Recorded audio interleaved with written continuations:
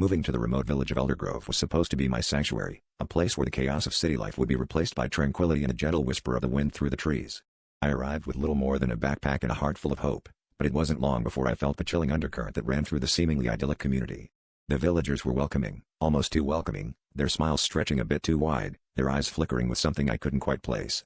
It was the way they talked in hushed tones about the upcoming harvest festival that first made my skin prickle with unease. The festival was described as a time-honored tradition, a celebration of life and bounty, but there was something they weren't telling me. As the festival approached, the village transformed. Men and women worked tirelessly, adorning the town with woven corn husks and carved gourds. Children practiced dances in the fields, their laughter echoing strangely in the still air. I was invited to be the guest of honor, an offer I couldn't refuse without seeming rude. But the closer the day came, the more I noticed the oddities: doors locked tight at night, whispers that ceased when I entered a room, and the strange symbols painted on barn doors.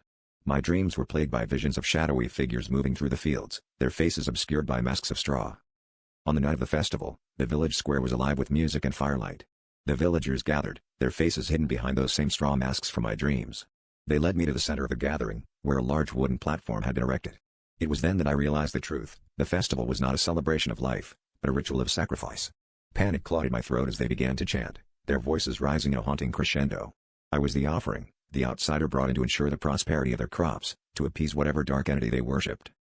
With adrenaline surging through my veins, I bolted, pushing through the crowd as the villagers reached for me with claw-like hands.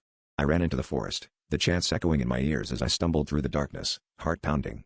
Somehow, I made it to the road, where a passing truck driver found me, wild-eyed and breathless.